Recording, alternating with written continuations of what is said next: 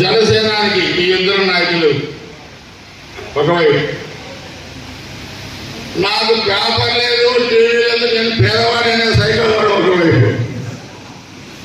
అందుకని నేను గుర్తుపెట్టుకోండి, వీడికి పేపర్ లేదంటే టీవీ కూడా లేదన్న, మీకు సాక్షిరాబు ఎవడికి పుట్టిందో నాకు అర్థం కావట్లేదు, దానిపైన ఎవడు పుట్టిందో అర్థం కావట్లేదు. అందుకని ఈ పేదవాడ పాపం రుషికొండలో 500 కోట్ల విలాస సంబంధించిన బిల్డింగ్ కట్టుకున్నాను, మాకు రాజధాని లేకుండా చేసి. అందుకని నేను లోకేష్ బాబు గారు కూడా చెప్పా, రేపు మన అధికారంలోకి వచ్చిన తర్వాత సంవత్సరం పాటు ఆ రుషికొండ మీద ఈ పేదోడు కంటే విలాసమైన చోట ప్రజల సందర్శనార్థం ఒక పెట్టండి. వీడి బాత్రూమ్ చూడాలా, వీడి బెడ్రూమ్ చూడాలా, వీడి సోఫాలు చూడాలా, వీడన్నీ కథంగా చూడాలని చెప్పారు.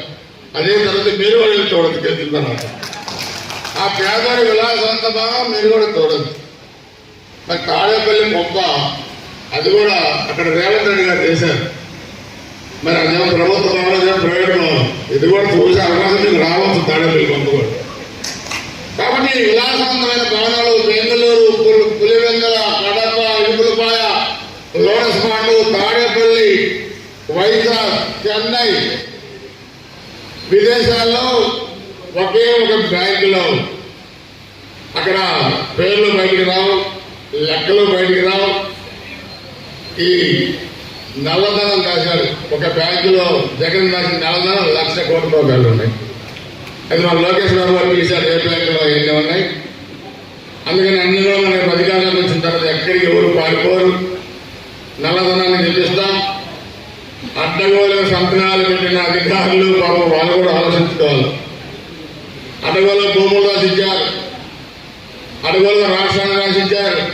అందరూ కూడా మీరు ఈ సైకో మాటలని రాష్ట్రాన్ని నాశనం చేసిన అధికారులు కూడా దీంట్లో మూల్యం చెల్లించిన పరిస్థితులు ఉంటాయన్న సంగతిలో మీరు గుర్తుపెట్టుకొని రాబోయే ఎన్నికలు చాలా సీరియస్గా రెండు పార్టీల నాయకులు తీసుకొని మన పార్లమెంట్లో 7 గంటలతో పాటు రాష్ట్రంలో 1 సైడ్ ఎన్నికలు జరిగే విధంగా గెలిచే విధంగా కూడా మనందరం పనిచేయాలి. గుర్జాల నియోజకవర్గంలో కూడా అందరం కలిసికట్టుగా పనిచేసి నేను అందరికీ ఒకటే చెప్తున్నాను, ఎవరైతే కష్టపడి పనిచేశారో, ఎవరైతే 30 సంవత్సరాలుగా పార్టీని అంటిపెట్టుకుని ఉన్నారో, సీనియర్లైనా యువతైనా, కష్టపడ్డ ప్రతి కార్యకర్తని గుండెల్లో పెట్టుకుని వాళ్ళకి ప్రముఖమైన స్థానం కల్పించే బాధ్యత నేను తీసుకుంటానని కూడా అందరూ కూడా తెలియజేస్తా ఉన్నాను. సమర్థమైన పదవులు కల్పించి రాజ్యాధికారంలో భాగస్వామ్యం చేసి వాళ్ళ గౌరవాన్ని పెంచే బాధ్యతను కూడా తెలుగుదేశం పార్టీ తీసుకుంటుంది. యనమల శ్రీనివాసరావు తీసుకుంటాడని చెప్పి కూడా స్పష్టంగా తెలియజేసుకుంటూ ఒక మంచి కార్యక్రమాన్ని మనం మొన్న కర్నూలు ఎంపీపీసీ నాయకుడు వెళ్ళాడు, వైసీపీ ఎంపీ. టికెట్ ఇస్తారా ఎవరో తర్వాత సంగతి ముందు ఇంటర్వ్యూ ఇచ్చి టికెట్ ఇవ్వకపోతే ఎందుకు ఎవరో చెప్పాల్సిన అవసరం ఉంది. అలాంటి బీసీ నాయకుడికి ప్రజెంట్ ఎంపీ కూడా తాడేపల్లి పంపలకి నో ఎంట్రీ, ఎస్సీ నాయకుడికి నో ఎంట్రీ. అంటే టికెట్లు నిరాకరించాలని వైసీపీలో బీసీ నాయకులు, ఎస్సీ నాయకులు ఉంటారు తప్పితే మీ సామాజిక వర్గం వాళ్ళు ఉండరు. కనీసం లోనికి పిలిచి మాట్లాడి అదృష్టాన్ని కూడా కోల్చుకోలేదు. చంద్రబాబు నాయుడు గారు ఢిల్లీ అయితే అన్ని మరి బీసీ నాయకులు కానీ, ఎస్సీ నాయకులు కానీ, అన్ని కులాల నాయకులు పార్లమెంట్ సభ్యులు పక్కన కూర్చొని మీటింగ్లో పాల్గొంటారు. ఈ వ్యక్తి ఢిల్లీ వెళ్ళినా లేకపోతే ఇంకొకటిగా వెళ్ళినా అందరూ ద్వారం దగ్గర నిలబడి చేతులు కట్టుకుని నిలబడాలి. ఎమ్మెల్యేలు, మంత్రులు, ఎంపీలు అందరూ ఒక రాజరికం. డాయస్ మీద కూర్చుంటే చంద్రబాబు నాయుడు పక్కన అన్ని కులాల నాయకులు కూర్చుంటారు. చాలా వ్యక్తి కూర్చుంటే ఒక్కటే సింగిల్ చైర్, డాయస్ మీద ఇంకో చైర్ ఉండదు.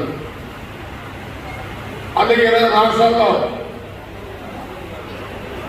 బీసీ సోదరులు దారుణంగా హత్యకావించబడ్డారు, దారుణంగా ఆస్తులు ధ్వంసం చేశారు. ఇప్పుడే మన వాళ్ళు చెప్పారు. బీసీ కులాలని ఓటు బ్యాంకుగా వాడుకొని టికెట్లు కూడా నిరాకరించిన జగన్మోహన్ రెడ్డి ఒకవైపు, ఎక్కడో మారుమూల ప్రాంతంలో ఒక సామాన్య కార్యకర్తని గొంతుకొచ్చి తప్పితే అటవీ ప్రాంతానికి వెళ్ళి ఆ కార్యకర్తని కుటుంబ సభ్యుడిగా భావించి పాడమోసిన వ్యక్తి చంద్రన్న ఒకవైపు. ఆలోచించాలి. 20 సంవత్సరాల మొత్తం మన చంద్రబాబు నాయుడు గారికి ఈ సన్నాసి జగన్మోహన్ రెడ్డికి తేడా పడుతుంది. అందరూ కూడా గమనించాల్సిన అవసరం ఉంది. రాష్ట్ర ప్రభుత్వానికి అందరూ కూడా, ముఖ్యంగా బీసీ సోదరులందరూ కూడా ఆలోచించాలి.